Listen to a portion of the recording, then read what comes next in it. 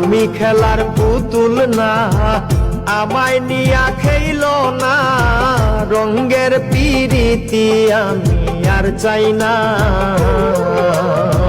পিরিতেরই বাজারে মন পুরছে বারে বারে।